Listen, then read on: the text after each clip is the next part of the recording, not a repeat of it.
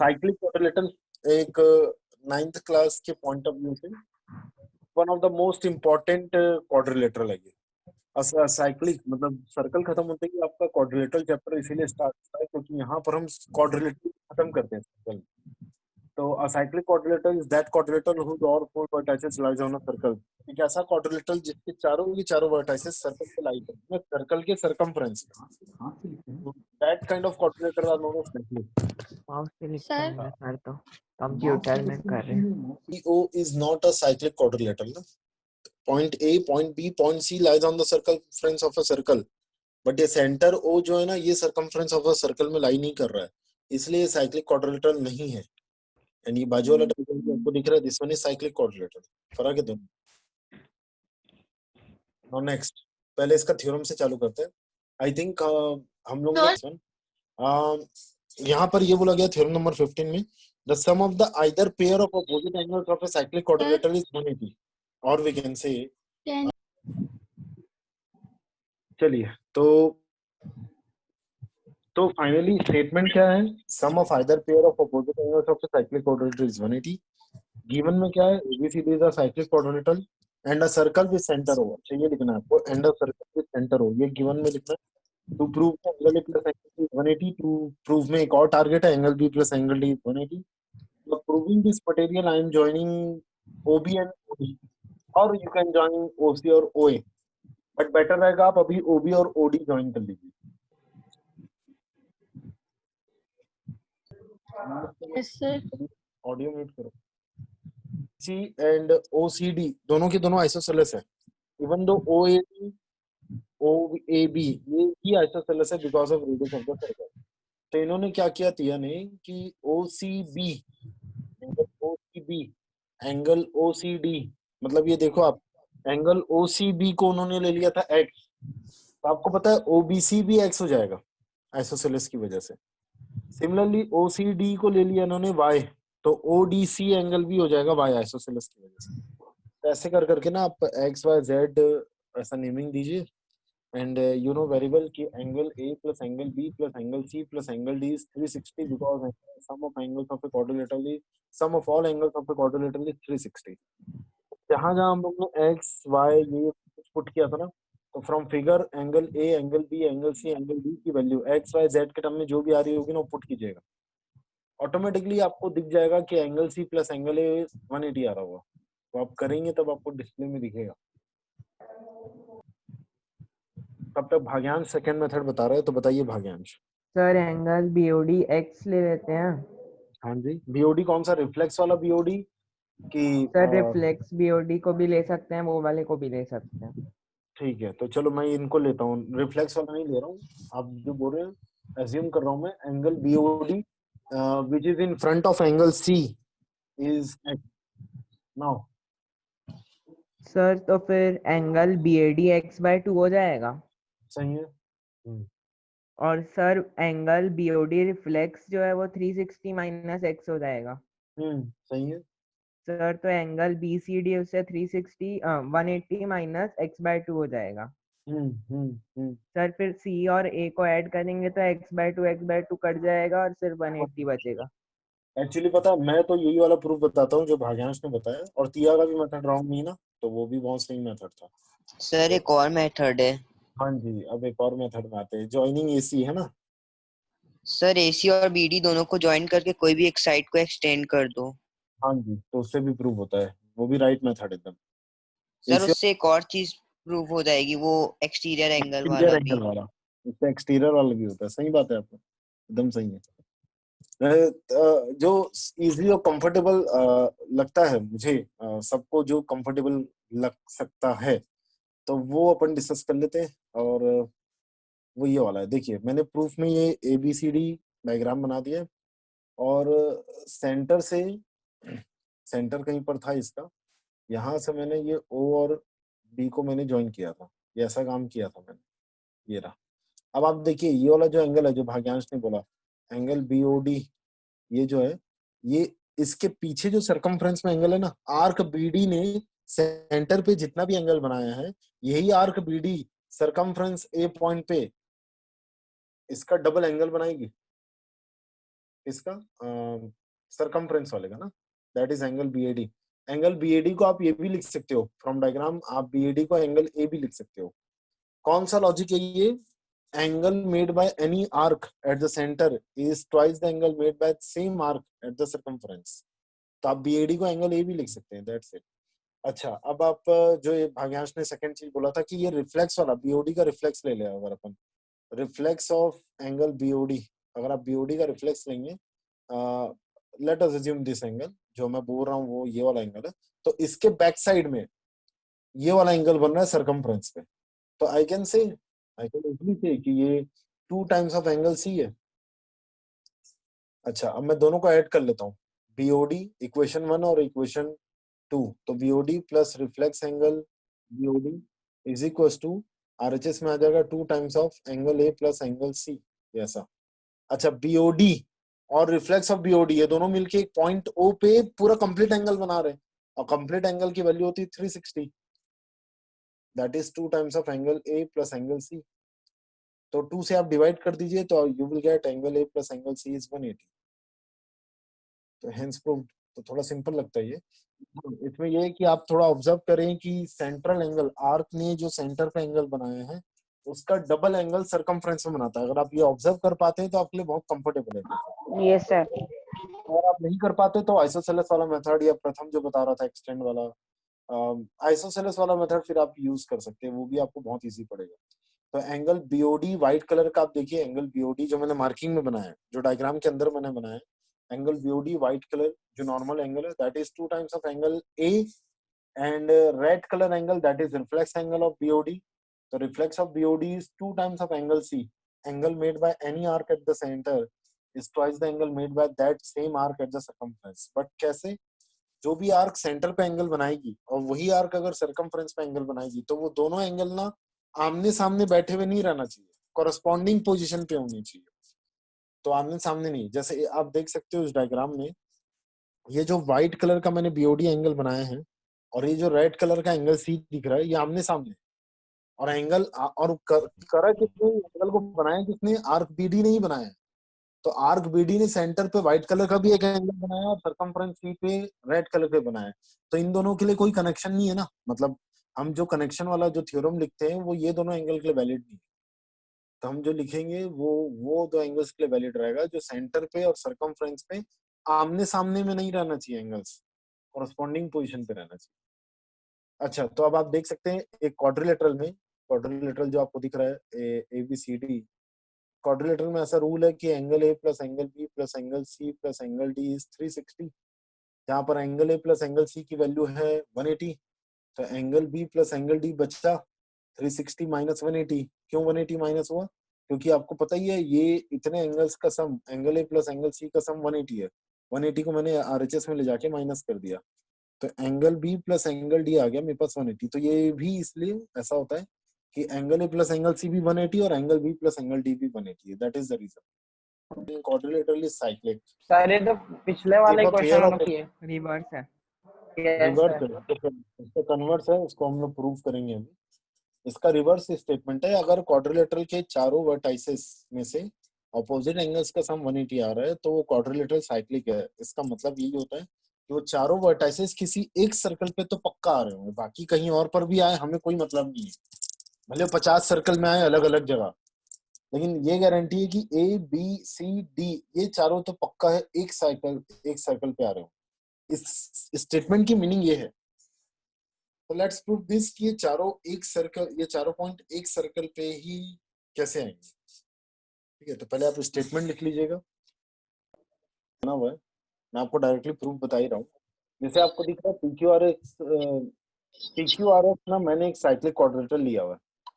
अच्छा, ये cyclic sir क्वाड्रेटर है एक तो मिनट, वो प्रीवियस स्लाइड खोलिए ना जिसमें लिखा हुआ है थ्योरम। क्या किया हुआ है यहाँ पर? हाँ जी, तो देखिए करना क्या है, PQRS एक साइक्लिक क्वाड्रेटर मैंने ले लिया है। हम मेथड ऑफ कॉन्ट्रडिक्शन से प्रूफ करेंगे ना, हम अपनी बातों को कॉन्ट्रडिक्ट करेंगे अभी। कैसे? देखिए, PQRS एक साइक्लिक क्वाड्रेटर मैंने अपने मन से ले लिया है जिसमें एंगल Q, ये रहा एंगल Q, और ये रहा एंगल S। ये angle Q plus angle S 180 होगा, अभी अभी थोड़ी देर पहले प्रूफ किए। तो let us assume sir construction, लेकिन ये साइक्लिक क्वाड्रिलेटरल कैसे होगा? यस देखिए आप कंस्ट्रक्शन पे मैं दिखा भी रहा हूँ कि let PQRS is not a cyclic, तो पूरा साइक्लिक नहीं है, और अभी मैं आपके सामने प्रूफ करके दिखाऊंगा कि साइक्लिक ही था, तो हम अपनी बातों को कॉन्ट्रडिक्ट करेंगे अभी। देखिए कैसे, draw circle passing through any 3 non collinear points, तो PQRS में कोई भी 3 पॉइंट से क्रॉस करता हुआ जो भी सर्कल आप ड्रॉ कर सकते हो बनाइए। हाँ तो देखिए अब मैं मेथड ऑफ कॉन्ट्रडिक्शन से क्या कर रहा हूँ, मैंने क्या किया, आपको पता है ग्रे सर्कल बाद में आया ना, वो मैंने पहले से बना के रखा हुआ है, लेकिन आपको पहले समझना है पहले था क्या, पहले गिवन क्या था। तो PQRS पहले हम लोग ने बनाया येलो कलर के जो आपको दिख रहे हैं क्वाड्रिलेटरल का शेप, पहले वो मैंने बनाया, और मैंने ये बोल दिया है कि PQRS साइक्लिक है तो एंगल Q प्लस एंगल से 180 डिग्री। उसके बाद मैंने सेकंड काम ये किया हुआ है, draw circle passing through 3 non sir collinear point. PQRS test cyclic है ना? अभी रुक जाइए आप, अब PQR से ये 3 पॉइंट से मैंने एक सर्कल ड्रॉ किया, और let this circle meet the PS line at point S dash, मैंने ये पूरा लिखा हुआ है कंस्ट्रक्शन में।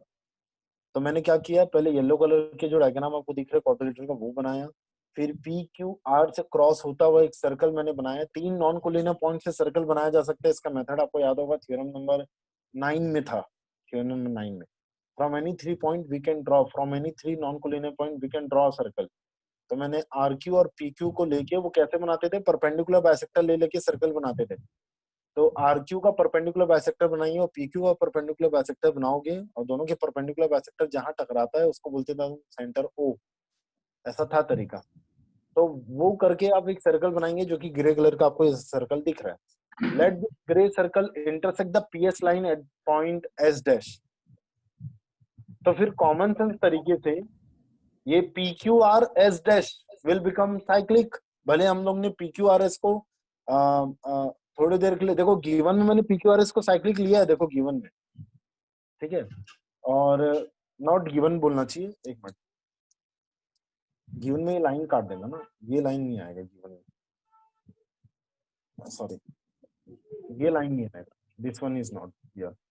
एक PQRS एक क्वाड्रिलेटरल है जिसमें angle Q plus angle S की वैल्यू 180 है, ये हम लोग को गिवन में लिखना है, गिवन में साइक्लिक नहीं लिखेंगे आप, अभी हम उसको प्रूव करेंगे कि वो साइक्लिक ही था, अभी तो फिलहाल नॉर्मल क्वाड्रिलेटरल लिए। और अब मैंने कंस्ट्रक्शन में ये बोला है कि let PQRS is not the cyclic, मैं मान रहा हूँ कि PQRS साइक्लिक नहीं था, क्वाड्रिलेटरल तो है बट पता नहीं साइक्लिक नहीं है, तो मैंने एक सर्कल ड्रॉ किया PQR को लेके, सर्कल ड्रॉ किया, तो late this circle intersect the PS line at point S dash, वो S डैश पे इंटरसेक्ट किया, तो from diagram I can say PQRS dash will become cyclic. तो इतना पहले लिख लीजिए आप लोग, नहीं तो फेल प्रूफ है, हालांकि कुछ ज्यादा कॉम्प्लिकेटेड नहीं है। तो now from diagram I can say कि PQRS डैश, ये तो पूरा दिख ही रहा है इज अ साइक्लिक, इसको आप नहीं लिख सकते इज नॉट अ साइक्लिक, तो हम ये बोल सकते हैं फिर कि angle Q plus angle S dash will become 180। आप देख सकते हैं कैसे, प्रीवियस स्लाइड में देखिए, ये रहा एंगल Q और ये रहा एंगल S डैश, तो ये हो गया 180। अच्छा तो ये दोनों 180 डिग्री है, इसको ले लेता हूँ मैं इक्वेशन 1 में, गिवन गिवन में मैं इक्वेशन 1 ले लिया, angle Q plus angle S is 180 degree. अच्छा नेक्स्ट स्लाइड में angle Q plus angle S dash is 180 degree, तो from equation 1 and 2 we can say, equation 1 and 2 की वजह से आप दोनों को माइनस कर लो या इक्वेट कर लो, जो करना करिए, आप ये प्रूफ कर लेंगे कि एंगल S डैश के इक्वल है। आप पहले तो देख लो कैसे, इक्वेशन 1 क्या था, मैं यहाँ लिख देता हूँ पहले, इक्वेशन 1 था angle Q plus angle S is 180, this one is equation 1 which is given in a question, कि कोई क्वाड्रिलेटरल है जिसके ऑपोजिट एंगल्स का सम 180 है तो क्वाड्रिलेटरल साइक्लिक है, ये प्रूफ करो, ऐसा था स्टेटमेंट में। तो कोई क्वाड्रिलेटरल जिसका ऑपोजिट एंगल 180 हो, मैंने ले लिया angle Q plus angle S is 180, और कंस्ट्रक्शन के बाद PQRS डैश आ गया था साइक्लिक, तो angle Q plus angle S dash हो गया 180। अब आप दोनों को माइनस करो, इक्वेट करो, जो करना करिए, आप प्रूफ कर लेंगे, देखना angle S equal to angle S dash. अच्छा ये आने के बाद आप देखिए, अच्छा दो एंगल तब इक्वल होते हैं या तो अल्टरनेट इंटीरियर, या तो कॉरस्पॉन्डिंग एंगल, या तो वर्टिकली ऑपोजिट, ऐसे कुछ टाइप की चीजें दिखेगी तभी तो हम बोलेंगे इक्वल है। तो देखिए एंगल S मैंने ग्रीन कलर से बनाया है और एंगल S डैश मैंने येलो कलर से दिखाया हुआ है डायग्राम में, ये दोनों एंगल इक्वल हैं, हम लोग ने प्रूव कर लिया। तो ये कॉरस्पॉन्डिंग पेयर टाइप का दिख रहा है, कॉरस्पॉन्डिंग एंगल्स ऐसा दिख रहा है। तो कॉरस्पॉन्डिंग एंगल्स तो तब इक्वल आते हैं ना जब लाइंस आर पैरेलल। तो आर एस और आर एस डैश तो पैरेलल नहीं है। अच्छा आप लोग को ये पता है क्या? सर फिर से समझाएंगे दोनों एंगल इक्वल कैसे हुए? आप लोग को ये पता है क्या, दो लाइन जो पैरेलल होती है, ये दो लाइन अगर पैरेलल है, angle L, sorry line L और एम, ये अलग अलग पैरेलल है। अच्छा आपको, आप लोगों में से कितने लोग को ये पता है बताना। तो ये दोनों लाइन भी पैरेलल है। देखिए ये रेड कलर की लाइन और ये व्हाइट कलर की लाइन, दोनों एक दूसरे को ओवरलैप करते जा रहे हैं बट फिर भी पैरेलल कहलाते हैं। तो आप लोग को पता है क्या ये बात? नीचे वाली लाइन का पेयर ना कोइंसिडेंटल लाइन कहलाता है और ऊपर वाली लाइन का सिर्फ पैरेलल लाइन कहलाता है। तो all coincidental lines are parallel, हर कोइंसिडेंटल लाइन पैरेलल होती है, बट और parallel lines are not coincidental. तो जितने भी पैरेलल लाइंस है ना वो सब कोइंसिडेंटल, सॉरी जितने भी कोइंसिडेंटल लाइंस है वो पैरेलल होती है, भले एक दूसरे के ऊपर ओवरलैप चल रही है बट उनको पैरेलल बोला जाता है। तो मैंने कैसे प्रूव किया था, ये देखिए एंगल एस और एंगल एस डैश को मैंने कैसे प्रूव किया था। आप दोनों को माइनस कर दीजिए, इक्वेशन 1 माइनस इक्वेशन 2, ये कर दो या इक्वेट कर दो। आरएचएस दोनों का इक्वल है तो दोनों का एलएचएस भी इक्वल होगा। ये तो ऐसा इक्वेट कर दिया मैंने, तो एंगल क्यू कटा तो ये आ गया angle S equal to angle S dash, क्योंकि इक्वेशन 1 और इक्वेशन 2 का आरएचएस सेम था। तो ये आने से क्या हो गया, अब मुझे ये पता चल गया कि एंगल एस और एंगल एस डैश इक्वल है। चलो वो तो पता चल गया। उसके बाद अब आप डायग्राम में देख सकते हैं this yellow angle S dash and this green angle S, ये दोनों इक्वल है। तो ये दोनों कॉरस्पॉन्डिंग पेयर टाइप का दिख रहे हैं, बट कॉरस्पॉन्डिंग पेयर तो तब आता ना जब ये R S RQs parallel to voice clear नहीं आ रही है। वो ईशान का ऑडियो की वजह से।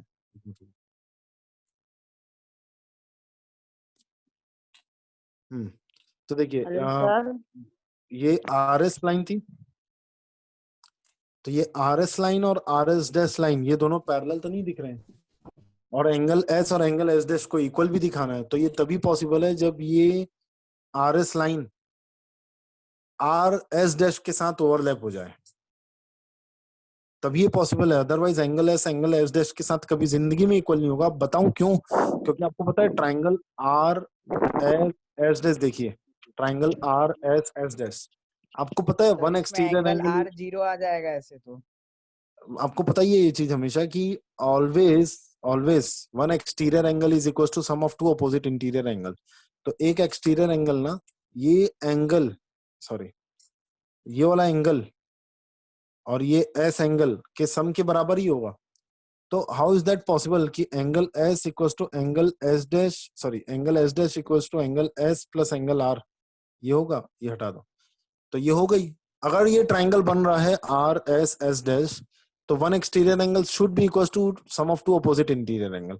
तो अगर ये दोनों इक्वल है तो एंगल आर 0 डिग्री बन जाएगा। 0 डिग्री तब बनेगा पता है ना, जब ये आर एस लाइन ओवरलैप हो जाएगी आर डैश के साथ, तभी ये पॉसिबल है, नहीं तो पॉसिबल ही नहीं होगा। Yes sir. 0 डिग्री बनेगा, इसका मतलब triangle R S S dash बनेगा ही नहीं, ट्राइंगल ही नहीं बनेगा, वो एक लाइन ही है। और वो एक ऐसी लाइन है जिसको मैंने स्टार्टिंग में कंस्ट्रक्शन में गलत किया था कि PQRS is not a cyclic, वो गलत लिया था, वो सही हो गया। वो मैंने मेथड ऑफ कॉन्ट्रडिक्शन से मैंने प्रूफ कर दिया कि जो मैं एज्यूम कर रहा था वो गलत है। देखो ये सबको पता है कि अरे वो फिर से बताएंगे कि मेरे नेटवर्क इशू था एंगल्स का सम 180 होता है तो क्वाड्रिलेटरल साइक्लिक कहलाता है, ये सबको पता है। तो उसको हम मेथड ऑफ कॉन्ट्रडिक्शन से प्रूव कर रहे हैं। हम पहले ये मान रहे हैं कि PQRS is not a cyclic, सिर्फ वो क्वाड्रिलेटरल है। तो वो क्वाड्रिलेटरल है, तो जब मैं PQR को 3 नॉन कोलिनियर पॉइंट्स को लेके अगर एक सर्कल बनाऊं तो आपको पता है क्या होगा। अगर आप एंगल Q और एंगल S की वैल्यू 180 लोगे ना, angle Q plus angle S की वैल्यू 180 लेंगे ना, तो PQR को लेके अगर आप एक सर्कल बनाएंगे ना तो गारंटीड है, आप जब मैथमेटिकली करोगे ना, मतलब प्रैक्टिकली जब आप करेंगे ना, तो गारंटीड है पॉइंट S से होते हुए जाएगा। लेकिन अभी हम प्रैक्टिकल नहीं कर रहे हैं, हम मैथमेटिकली प्रूव करने की कोशिश कर रहे हैं। There is a big difference between practical and mathematical, ठीक है। तो हम, मैं राउंडर पेंसिल पेन ये सब लेके नहीं सॉल्व कर रहा हूँ, मैं सिर्फ ये देख रहा हूँ कि क्या मैं मैथमेटिकली कुछ दिमाग लगा के कर सकता हूँ क्या, अदर देन। तो उसमें एक चीज पता चली कि ये PQR 3 पॉइंट्स को लेके अगर मैं सर्कल बनाऊं, उसमें कंडीशन ये भी ले लूं, हेलो सर, एंगल S का वैल्यू 180 है, अगर ऐसा ले लूं तो वो गारंटीड है कि PQR को लेके जो सर्कल बनाओगे ना वो S से होते हुए जाएगा, वो गारंटीड है। बट मैंने जानबूझ के दिखाया कि नहीं वो एस से नहीं जा रहा, वो एस डैश से होते हुए जा रहा है। तो वो एस डैश से होते हुए जा रहा था ना, तो 2 मिनट बाद प्रूव हो गया कि एस और एस डैश तो एक दूसरे के साथ ओवरलैप कर रहे हैं, क्योंकि दोनों एंगल इक्वल आ रहे हैं। तो ये कोई अलग अलग पॉइंट नहीं है एस और एस डैश, आपको पता है वो दोनों सेम है, बट मैंने दिखाने के लिए अलग अलग दिखाया था। तो देखिए इसमें अब क्या बोल रहा है next theorem, if one side of a cyclic quadrilateral is produced then exterior angle so formed is equal to the interior opposite angle. इसका मतलब अगर मैंने एबीसीडी साइक्लिक क्वाड्रिलेटरल एबी को प्रोड्यूस किया, तो ये जो एक्सटीरियर एंगल सो फॉर्म्ड हुआ, ये एंगल के जस्ट ऑपोजिट में साइक्लिक क्वाड्रिलेटरल का एक एंगल आ रहा है, इस एंगल के जस्ट ऑपोजिट में, that angle is this one.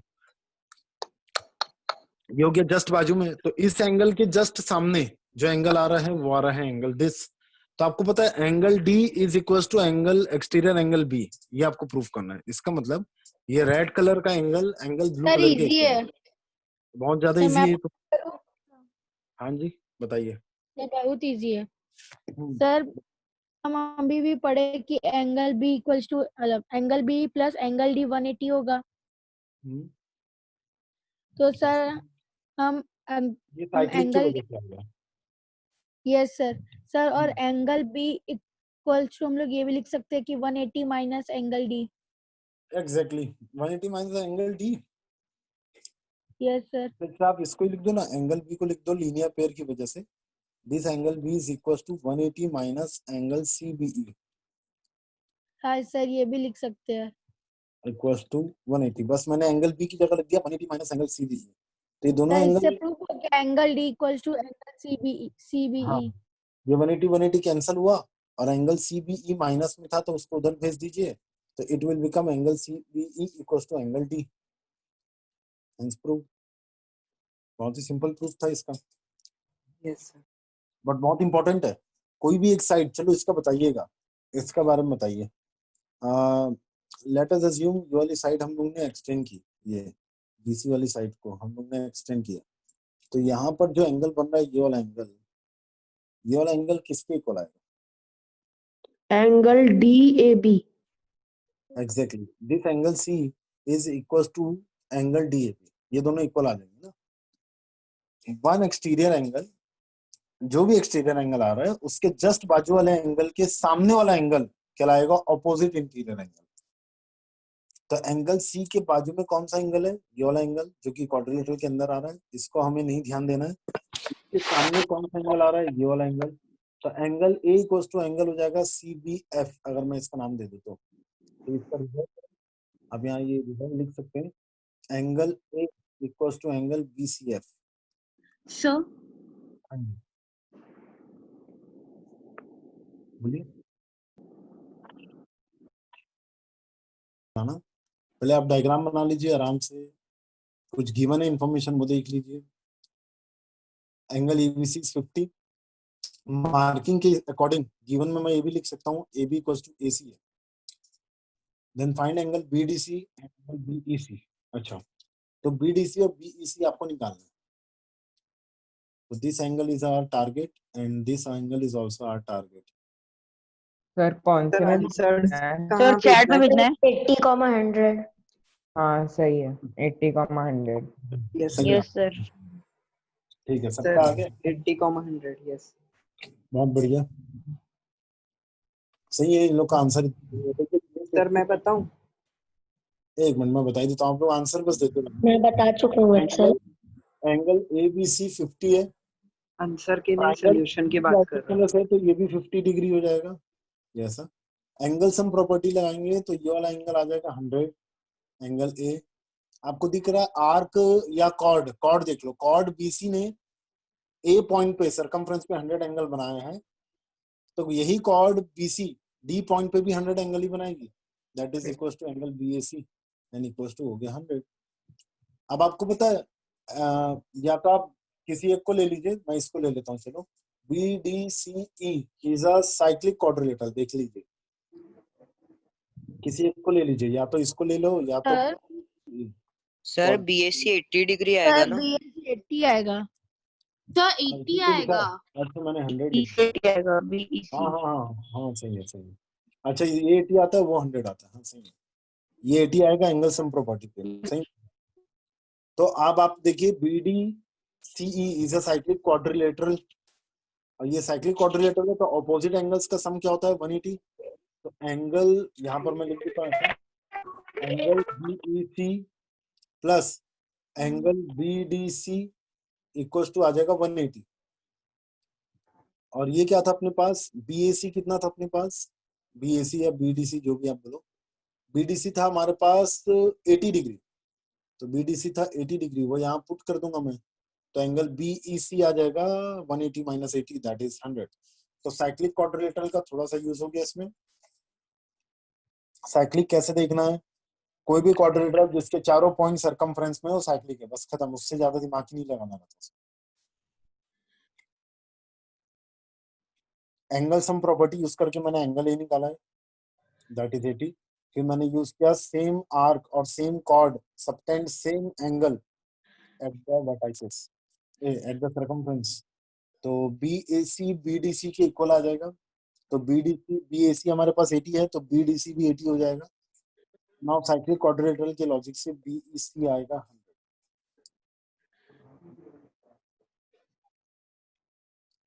Remember E is not a center here, मैं आपको बता दूं E is, सर क्या तो ये सर किस क्वेश्चन में भेजना है? आप मुझे सर एक और बार बताइए ना, क्वेश्चन में डिस्कनेक्ट हो गया था। ओके क्वेश्चन ऐसा दिया, ये ABCD है डायग्राम, ये क्वाड्रिलेटरल है, E is not a center, तो Yes, find sir. Angle BCD, और एंगल BCD दिया ना, BCD निकालना है। ये फर्स्ट पार्ट है। सेकंड पार्ट में क्या बोला गया पता है, and also if AB equals to BC then find ECD, मतलब AB इक्वल्स टू BC। आ गया, किसमें भेजूं? आप मुझे होस्ट वाले में, एक मिनट, होस्ट वाले में भेजूं? हाँ जी ओके सर। सर मैं भेज दिया BCD। सही है आंसर, कैसे बधाई हो। BFAB is equal to sir host वाले में भेजना है। सर एंगल हमें कौन सा निकालना है, B ना? सेकंड वाले देखो पार्ट में सेकंड में ECD है ना, ECD निकालना है सेकंड वाले में। प्रथम आपका आंसर सही है, बधाई हो। वत्सल आपका भी आंसर सही है, बधाई हो।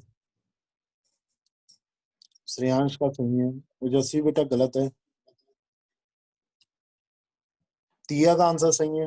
ECD सर होस्ट वाले में भेजना है। हाँ जी भाग्यांश का सही है, सर ECD भी आ गया, भेज दो ना। भेजिए। सर भेज दिया। सर मेरा भी आ गया। सर केशव का गलती आंसर से ECD सर का भी गलती सही है। से गलत भेजा गया है, ये जो हाँ, उसके तो बाद भेजा वो वाला सही है। मैंने भी भेज दिया। सर मेरा सही है क्या ECD? ECD में आपको बताता हूँ, एक मिनट, बस एक मिनट ना, इन लोग का आंसर देख सर लेते इस सेम क्वेश्चन का हम लोग को लेना है ना लेंथ, मतलब वो जो वैल्यूज दी हुई है कि अलग वैल्यूज लेनी है? हैं। नहीं सेम लेनी है, जो भी यहाँ सेम गिवन है। सर मेरा देखिए, मेरा ECD सही है। सर मेरा भी। एक मिनट आप लोग को पॉज होना पड़ेगा ना, एक मेरा भी। आप जब तक भेजिए ना, मैं फर्स्ट पार्ट बता रहा हूँ। चलिए फर्स्ट पार्ट तो बहुत इजी था, जल्दी से आप लोग को टाइम मिला है अभी, जल्दी जितने लोग कर सकते हैं करिएगा। ये BC आर्क दिख रहा है या BC कॉर्ड, जो भी आप बोले, पॉइंट A पे 30 डिग्री बना रहा है तो पॉइंट D पे भी 30 बनाएगा। Same angle make same arc make same angle at the circumference. तो in triangle BCD angle sum property से 30 प्लस 70 प्लस एंगल BCD ये हो जाएगा 180। तो आपको यहाँ से दिख गया होगा कि एंगल BCD आ जाएगा हमारे पास 100, ओ सॉरी 80। सर नेक्स्ट वाला 50। तो जितने लोग का हाँ भी सर 80 है नेक्स्ट वाला उसमें 50। वैसे 50 लोग का आंसर जितने लोग ने भी सेंड किया सबका सही है। 50 केशव ने सेंड किया, मैं लेटेस्ट में बताता हूँ, केशव, तन्मय, सर मानव, मैंने send किया। शुभांकर, प्रथम, भाग्यांश, तिया, 50 जितने लोग ने सेंड किया, इतने लोग का तो मुझे इसमें मैसेज आया होस्ट वाले सर में। मैं भी भेजा हूँ, पहले मुझे भेजा आपने था। उसमें भेज दिया लगता है वत्सल।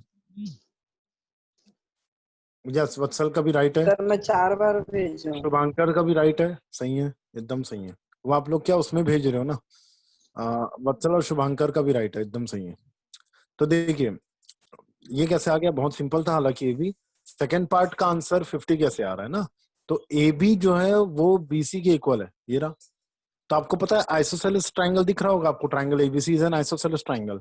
तो बीसी के ऑपोजिट में 30 है, बीसी के ऑपोजिट में 30 है, तो एबी के ऑपोजिट में भी ये 30 डिग्री बनेगा आइसोसेलेस की वजह से। Then find ECD. अब देखिए ईसीडी ये है, ये निकालना है। तो आपको पता है बीसीडी क्या था, बीसीडी पूरा 80 था, अभी अभी आपने निकाला था, तो ये 30 आया आइसोसेलेस की वजह से, तो ये 50 तो आएगा। तो हेंस ईसीडी इज 50 डिग्री। अभी अभी अपन लोग ने निकाला था बीसीडी पूरा 80 था, 80 में से 30 डिग्री ये लग गया, कौन, बीसीई, तो बचेगा 50 डिग्री, और 50 डिग्री जो बच रहा है उसका नाम क्या है, एंगल ईसीडी। चलिए